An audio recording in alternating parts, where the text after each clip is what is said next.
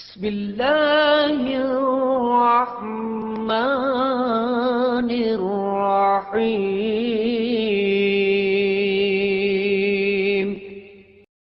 حضرت ابوبکر صدیق رضی اللہ تعالیٰ عنہ جب مکہ معظمہ میں پہنچے تو نبی کریم صلی اللہ علیہ وآلہ وسلم اپنی نبوت کا اعلان کر چکے تھے۔ فوراً ہی میرے پاس قریش کے بڑے بڑے سردار آئے۔ ان میں زیادہ اہم عقبہ بن ابی معیط، شیبہ اور ابو جہل تھے۔ ان لوگوں نے مجھ سے کہا، اے ابو بکر، ابو طالب کے یتیم نے دعویٰ کیا ہے کہ وہ نبی ہیں۔ اگر آپ کا انتظار نہ ہوتا تو ہم اس وقت تک صبر نہ کرتے۔ ابو جہل کے آپ آ گئے ہیں، ان سے نپٹنا آپ ہی کا کام ہے۔ اور یہ بات انہوں نے اس لیے کہی تھی کہ حضرت ابو بکر رضی اللہ تعالیٰ عنہ نبی کریم صلی اللہ علیہ وآلہ وسلم کے قریبی دوست تھے۔ حضرت ابو بکر رضی اللہ تعالیٰ عنہ فرماتے ہیں، میں نے اچھے انداز سے ان لوگوں کو ٹال دیا اور خود آپ کے گھر پہنچ کر دروازے پر دستک دی۔ آپ صلی اللہ علیہ وآلہ وسلم باہر تشریف لائے۔ مجھے دیکھ کر آپ نے ارشاد فرمایا، اے ابو بکر، میں تمہاری اور تمام انسانوں کی طرف اللہ کا رسول بنا کر بھیجا گیا ہوں، اس لیے اللہ تعالیٰ پر ایمان لے آؤ۔ آپ کی بات سن کر میں نے کہا، آپ کے پاس اس بات کا ثبوت ہے؟ آپ نے میری بات سن کر ارشاد فرمایا، اس بوڑھے کے وہ شعر جو اس نے آپ کو سنائے تھے۔ یہ سن کر میں نے حیران رہ گیا اور بولا، میرے دوست، آپ کو ان کے بارے میں کس نے بتایا؟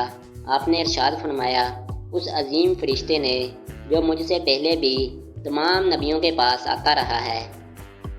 حضرت ابو بکر صدیق رضی اللہ تعالیٰ عنہ نے عرض کیا، اپنا ہاتھ لائیے، میں گواہی دیتا ہوں کہ اللہ کے سوا کوئی معبود نہیں، اور یہ کہ آپ اللہ کے رسول ہیں۔ آپ میرے ایمان لانے پر بہت خوش ہوئے، مجھے سینے سے لگایا، پھر کلمہ پڑھ کر میں آپ کے پاس سے واپس آ گیا۔ مسلمان ہونے کے بعد حضرت ابو بکر صدیق رضی اللہ تعالیٰ عنہ نے جو سب سے پہلا کام کیا وہ تھا اسلام کی تبلیغ۔ انہوں نے اپنے جاننے والوں کو اسلام کا پیغام دیا، انہیں اللہ اور اس کے رسول کی طرف بلایا۔ چنانچہ ان کی تبلیغ کے نتیجے میں حضرت عثمان بن عفان رضی اللہ تعالیٰ عنہ مسلمان ہوئے۔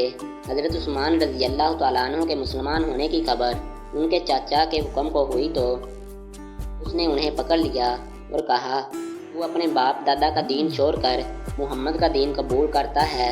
اللہ کی قسم، میں تجھے اس وقت تک نہیں چھوڑوں گا جب تک کہ تو اس دین کو نہیں چھوڑ دے گا۔ اس کی بات سن کر حضرت عثمان غنی رضی اللہ تعالیٰ عنہ نے فرمایا، اللہ کی قسم، میں اس دین کو کبھی نہیں چھوڑوں گا۔ ان کے چاچا نے جب ان کی پختگی اور ثابت قدمی دیکھی تو انہیں دھوئیں میں کھڑا کر کے تکلیف پہنچائیں۔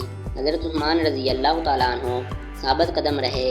حضرت عثمان رضی اللہ تعالیٰ عنہ کی فضیلت میں ایک حدیث میں آیا ہے کہ نبی کریم صلی اللہ علیہ وآلہ وسلم نے فرمایا، جنت میں ہر نبی کا ایک رفیق یعنی ساتھی ہوتا ہے، اور میرے ساتھی وہاں عثمان ابن عفان ہوں گے۔